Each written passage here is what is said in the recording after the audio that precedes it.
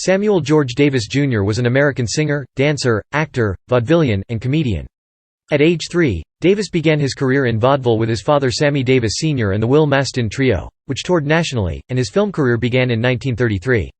After military service, Davis returned to the trio and became an overnight sensation following a nightclub performance at Ciro's after the 1951 Academy Awards. With the trio, he became a recording artist. In 1954, at the age of 29, he lost his left eye in a car accident. Several years later, he converted to Judaism, finding commonalities between the oppression experienced by African American and Jewish communities. He had a starring role on Broadway in Mr. Wonderful with Chita Rivera. In 1960, he appeared in the Rat Pack film Ocean's 11.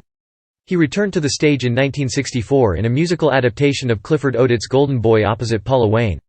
Davis was nominated for a Tony Award for his performance. The show featured the first interracial kiss on Broadway. In 1966, he had his own TV variety show, titled The Sammy Davis Jr. Show. While Davis's career slowed in the late 1960s, his biggest hit, The Candyman, reached the top of the Billboard Hot 100 in June 1972, and he became a star in Las Vegas, earning him the nickname, Mr. Show Business. Davis's popularity helped break the race barrier of the segregated entertainment industry. He did however have a complex relationship with the black community and drew criticism after publicly supporting President Richard Nixon in 1972. One day on a golf course with Jack Benny, he was asked what his handicap was. "Handicap?" he asked. "Talk about handicap. I'm a one-eyed Negro who's Jewish." This was to become a signature comment, recounted in his autobiography and in many articles. After reuniting with Frank Sinatra and Dean Martin in 1987, Davis toured with them and Liza Minnelli internationally, before his death in 1990. He died in debt to the Internal Revenue Service, and his estate was the subject of legal battles after the death of his wife. Davis was awarded the Spingarn Medal by the NAACP and was nominated for a Golden Globe Award and an Emmy Award for his television performances. He was a recipient of the Kennedy Center Honors in 1987, and in 2001, he was posthumously awarded the Grammy Lifetime Achievement Award. Early life. Davis was born on December 8, 1925, in the Harlem section of Manhattan in New York City, the son of African-American entertainer and stage performer Sammy Davis Sr. and tap dancer and stage performer Elvira Sanchez. During his lifetime, Davis stated that his mother was Puerto Rican and born in San Juan. However, in the 2003 biography In Black and White, author Will Haygood wrote that Davis's mother was born in New York City to Cuban parents who were of Afro-Cuban background, and that Davis claimed he was Puerto Rican because he feared anti-Cuban backlash would hurt his record sales. Davis's parents were vaudeville dancers. As an infant, he was reared by his paternal grandmother. When he was 3 years old, his parents separated. His father, not wanting to lose custody of his son, took him on tour. Davis learned to dance from his father and his godfather Will Mastin. Davis joined the act as a child, and they became the Will Mastin Trio. Throughout his career, Davis included the Will Mastin Trio in his billing. Mastin and his father shielded him from racism by, e.g., explaining race-based snubs as jealousy. However, when Davis served in the United States Army during World War II, he was confronted by strong prejudice. He later said, "Overnight the world looked different. It wasn't one color anymore. I could see the protection I'd gotten all my life from my father and Will. I appreciated their loving hope that I'd never need to know about prejudice and hate, but they were wrong. It was as if I'd walked through a swinging door for 18 years, a door which they had always secretly held open." At age 7, Davis played the title role in the film Rufus Jones for President, in which he sang and danced with Ethel Waters. He lived for several years in Boston's South End and reminisced years later about hoofing and singing at Izzy Ort's Bar and Grill. Military service in 1944. During World War II, Davis was drafted into the U.S. Army at age 18. He was frequently abused by white soldiers from the South and later recounted, "I must have had a knockdown, drag-out fight every 2 days." His nose was broken numerous times and permanently flattened. At one point he was offered a beer laced with urine. He was reassigned to the Army's Special Services Branch, which put on performances for troops. At one show he found himself performing in front of soldiers who had previously racially abused him. Davis, who earned the American Campaign Medal and World War II Victory Medal, was discharged in 1945 with the rank of private. He later said, "My talent was the weapon, the power, the way for me to fight. It was the one way I might hope to affect a man's thinking." Career. After his discharge, Davis rejoined the Family Dance Act, which played at clubs around Portland, Oregon. He also recorded blues songs for Capitol Records in 1949 under the pseudonyms Shorty Muggins and Charlie Green. On March 23, 1951, the Will Mastin Trio appeared at Ciro's as the opening act for headliner Janice Page. They were to perform for only 20 minutes, but the reaction from the celebrity-filled crowd was so enthusiastic, especially when Davis launched into his impressions, that they performed for nearly an hour, and Page insisted the order of the show be flipped. Davis began to achieve success on his own and was singled out for praise by critics, releasing several albums. In 1953, Davis was offered his own television show on ABC, 3 for the Road, with the Will Mastin Trio. The network spent $20,000 filming the pilot, which presented African Americans as struggling musicians, not slapstick comedy or the stereotypical mammy roles of the time. The cast included Frances Davis, who was the first black ballerina to perform for the Paris Opera, actresses Ruth Attaway and Jane White, and Frederick O'Neill, who founded the American Negro Theatre. The network could not get a sponsor, so the show was dropped. In 1954, Davis was hired to sing the title song for the Universal Pictures film Six Bridges to Cross. In 1956, he starred in the Broadway musical Mr. Wonderful. In 1958, Davis was hired to crown the winner of the Miss Cavalcade of Jazz Beauty contest for the famed 14th Cavalcade of Jazz concert produced by Leon Heflin Sr., held at the Shrine Auditorium on August 3. The other headliners were Little Willie John, Sam Cooke, Ernie Freeman, and Bo Rombo. The event featured the top 4 prominent disc jockeys of Los Angeles. In 1959, Davis became a member of the Rat Pack, led by his friend Frank Sinatra, which included fellow performers Dean Martin, Joey Bishop, and Peter Lawford, a brother-in-law of John F.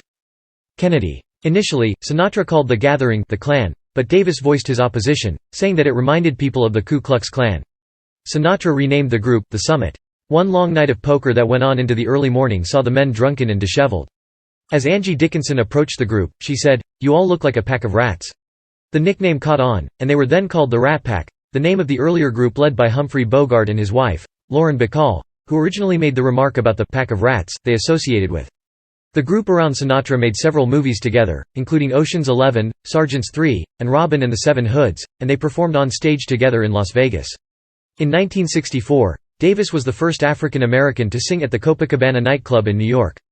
Davis was a headliner at the Frontier Casino in Las Vegas, but owing to Jim Crow practices in Las Vegas, he was required to lodge in a rooming house on the west side of the city instead of in the hotels as his white colleagues did.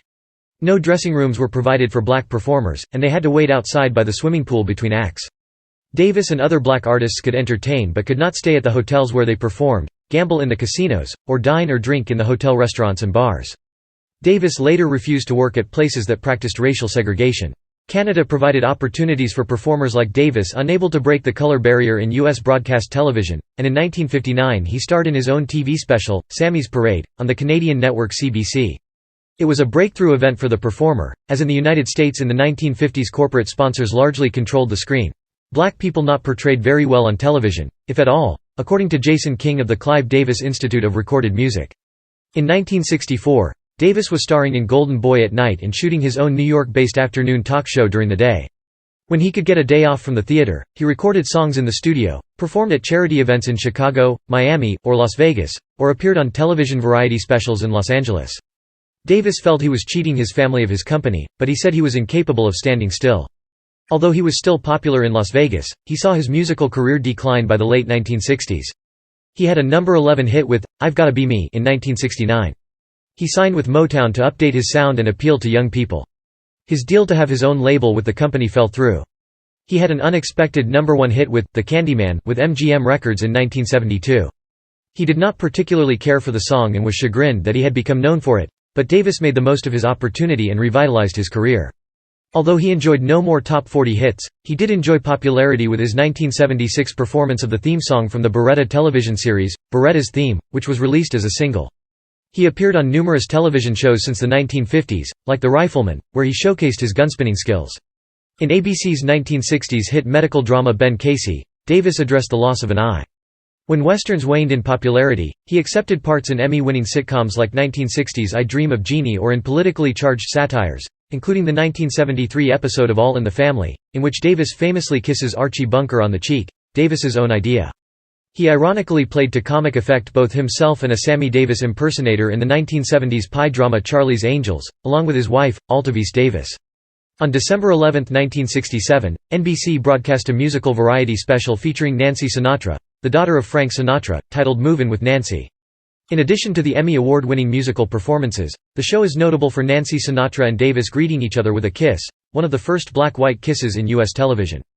Davis had a friendship with Elvis Presley in the late 1960s, as they both were top draw acts in Vegas at the same time.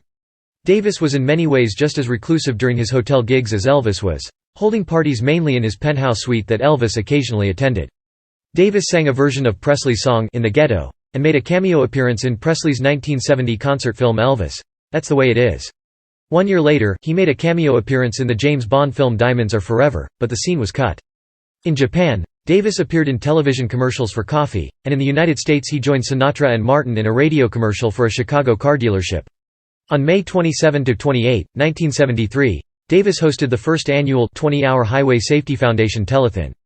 Guests included Muhammad Ali, Paul Anka, Jack Barry, Dr. Joyce Brothers, Ray Charles, Dick Clark, Roy Clark, Howard Cosell, Ossie Davis, Ruby Dee, Joe Franklin, Cliff Gorman, Richie Havens, Danny Kaye, Jerry Lewis, Hal Linden, Rich Little, Butterfly McQueen, Minnie Pearl, Boots Randolph, Tex Ritter, Phil Rizzuto, The Rockettes, Nipsey Russell, Sally Struthers, Mel Tillis, Ben Vereen, and Lawrence Welk. It was a financial disaster. The total amount of pledges was $1.2 million. Actual pledges received were $525,000. Davis was a huge fan of daytime television, particularly the soap operas produced by the American Broadcasting Company.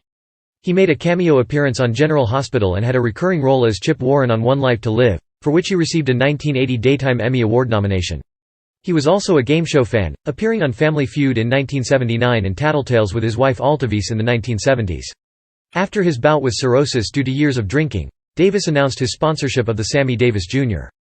National Liver Institute in Newark, New Jersey in 1985. In 1988, Davis was billed to tour with Frank Sinatra and Dean Martin, but Sinatra and Martin had a falling out. Liza Minnelli replaced Martin on the tour dubbed as The Ultimate Event. During the tour in 1989, Davis was diagnosed with throat cancer. His treatments prevented him from performing. Personal life accident and conversion. Davis nearly died in an automobile accident on November 19, 1954, in San Bernardino, California, as he was making a return trip from Las Vegas to Los Angeles. During the previous year, he had started a friendship with comedian and host Eddie Cantor, who had given him a mezuzah. Instead of putting it by his door as a traditional blessing, Davis wore it around his neck for good luck. The only time he forgot it was the night of the accident. The accident occurred at a fork in U.S. Route 66 at Cajon Boulevard and Kendall Drive, when a driver, who missed turning at the fork, backed up her car in Davis's lane and Davis drove into her car. Davis consequently lost his left eye to the bullet-shaped horn button. His friend, actor Jeff Chandler, said he would give one of his own eyes to keep Davis from total blindness.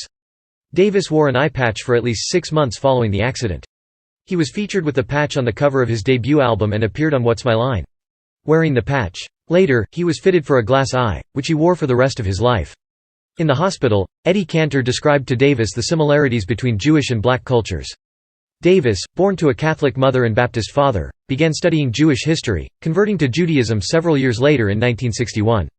One passage from his readings, describing the endurance of the Jewish people, interested him in particular. The Jews would not die. 3 millennia of prophetic teaching had given them an unwavering spirit of resignation and had created in them a will to live which no disaster could crush. The accident marked a turning point in Davis's career, taking him from a well-known entertainer to a national celebrity. Relationships and marriages. In 1957, Davis was involved with actress Kim Novak, who was under contract with Columbia Pictures. Because Novak was white, Harry Cohn, the president of Columbia, gave in to his worries that backlash against the relationship could hurt the studio. There are several accounts of what happened, but they agree that Davis was threatened by organized crime figures close to Cohn. According to one account, Cohn called racketeer John Roselli, who was told to inform Davis that he must stop seeing Novak. To try to scare Davis, Roselli had him kidnapped for a few hours. Another account relates that the threat was conveyed to Davis's father by mobster Mickey Cohen. Davis was threatened with the loss of his other eye or a broken leg if he did not marry a black woman within 2 days. Davis sought the protection of Chicago mobster Sam Giancana, who said that he could protect him in Chicago and Las Vegas but not California. Davis briefly married black dancer Lorraine White in 1958 to protect himself from mob violence. Davis had previously dated White, who was 23 and twice divorced and had a 6-year-old child. He paid her a lump sum minus $10,000 or $25,000 to engage in a marriage on the condition that it would be dissolved before the end of the year. Davis became inebriated at the wedding and attempted to strangle White en route to their wedding suite. Checking on him later, Davis's personal assistant Arthur Silber Jr. found Davis with a gun to his head. Davis despairingly said to Silber, "Why won't they let me live my life?" The couple never lived together and commenced divorce proceedings in September 1958. The divorce was granted in April 1959. In 1960, there was another racially charged public controversy when Davis married White, Swedish-born actress May Britt, in a ceremony officiated by Rabbi William M. Kramer at Temple Israel of Hollywood. While interracial marriage had been legal in California since 1948, anti-miscegenation laws in the U.S. still stood in 23 states, and a 1958 opinion poll had found that only 4% of Americans supported marriage between black and white spouses. During 1964–66, Davis received racist hate mail while starring in the Broadway adaptation of Golden Boy, in which his character is in a relationship with a white woman, paralleling his own interracial relationship. At the time Davis appeared in the musical, although New York had no laws against it, debate about interracial marriage was still ongoing in America as Loving v. Virginia was being fought. It was only in 1967, after the musical finished, that anti-miscegenation laws in all states were ruled unconstitutional by the U.S. Supreme Court. Davis's daughter Tracy Davis revealed in a 2014 book that the marriage to Britt also resulted in President Kennedy refusing to allow Davis to perform at his inauguration. The snub was confirmed by director Sam Pollard, who revealed in a 2017 American Masters documentary that Davis's invitation to perform at his inauguration was abruptly cancelled on the night of his inaugural party. In addition to Tracy, Davis and Britt adopted 2 sons, Mark and Jeff. Davis performed almost continuously and spent little time with his wife. They divorced in 1968 after Davis admitted to having had an affair with singer Lola Falana. After his marriage imploded, Davis turned to alcohol and found solace in drugs, particularly cocaine and amyl nitrite, and experimented briefly with Satanism and pornography. In 1968, Davis started dating Altavice Gore, a dancer in Golden Boy. They were married on May 11, 1970, by Reverend Jesse Jackson and adopted a son, Manny, in 1989. Davis and Gore remained married until his death in 1990. Hobbies Davis was an avid photographer who enjoyed shooting pictures of family and acquaintances. His body of work was detailed in a 2007 book by Burt Boyar titled Photo by Sammy Davis Jr. Jerry gave me my first important camera, my first 35mm, during the Ciro's period, early 50s. Boyar quotes Davis as saying, "And he hooked me." Davis used a medium-format camera later on to capture images. Boyar reports that Davis had said, "Nobody interrupts a man taking a picture to ask, 'What's that nigger doing here?'" His catalog includes rare photos of his father dancing on stage as part of the Will Mastin Trio and intimate snapshots of close friends Jerry Lewis, Dean Martin, Frank Sinatra, James Dean, Nat King, Cole, and Marilyn Monroe. His political affiliations also were represented, in his images of Robert Kennedy, Jackie Kennedy, and Martin Luther King Jr. His most revealing work comes in photographs of wife Mae Britt and their 3 children, Tracy, Jeff and Mark. Davis was an enthusiastic shooter and gun owner. He participated in fast draw competitions. Johnny Cash recalled that Davis was said to be capable of drawing and firing a Colt single-action Army revolver in less than a quarter of a second. Davis was skilled at fast and fancy gunspinning and appeared on television variety shows showing off this skill. He also demonstrated gunspinning to Mark on the Rifleman in 2 Ounces of Tin. He appeared in Western films and as a guest star on several television westerns. Political beliefs: Davis was a registered Democrat and supported John F. Kennedy's 1960 election campaign as well as Robert F. Kennedy's 1968 campaign. John F. Kennedy would later refuse to allow Davis to perform at his inauguration on account of his marriage with the white actress Mae Britt. Nancy Sinatra revealed in her 1986 book Frank Sinatra, "My father how Kennedy had planned to snub Davis as plans for his wedding to Britt were unfolding. He went on to become a close friend of President Richard Nixon and publicly endorsed him at the 1972 Republican National Convention." Davis also made a USO tour to South Vietnam at Nixon's request. In February 1972, during the later stages of the Vietnam War, Davis went to Vietnam to observe military drug abuse rehabilitation programs and talk to and entertain the troops. He did this as a representative from President Nixon's Special Action Office for Drug Abuse Prevention. He performed shows for up to 15,000 troops. After one 2-hour performance he reportedly said, "I've never been so tired and felt so good in my life." The U.S. Army made a documentary about Davis's time in Vietnam performing for troops on behalf of Nixon's drug treatment program. Nixon invited Davis and his wife, Altavice, to sleep in the White House in 1973, the first time African Americans were invited to do so. The Davises spent the night in the Lincoln bedroom. Davis later said he regretted supporting Nixon, accusing Nixon of making promises on civil rights that he did not keep. Davis was a longtime donor to the Reverend Jesse Jackson's Operation Push organization and later supported Jackson's 1984 campaign for president. Illness and death. In August 1989, Davis began to develop symptoms: a tickle in his throat and an inability to taste food. Doctors found a cancerous tumor in Davis's throat. He was a heavy smoker and had often smoked 4 packs of cigarettes a day as an adult. When told that surgery offered him the best chance of survival, Davis replied he would rather keep his voice than have a part of his throat removed. He was initially treated with a combination of chemotherapy and radiation. His larynx was later removed when his cancer recurred. He was released from the hospital on March 13, 1990. Davis died of complications from throat cancer 2 months later at his home in Beverly Hills, California, on May 16, 1990, at age 64. He was buried at Forest Lawn Memorial Park in Glendale, California.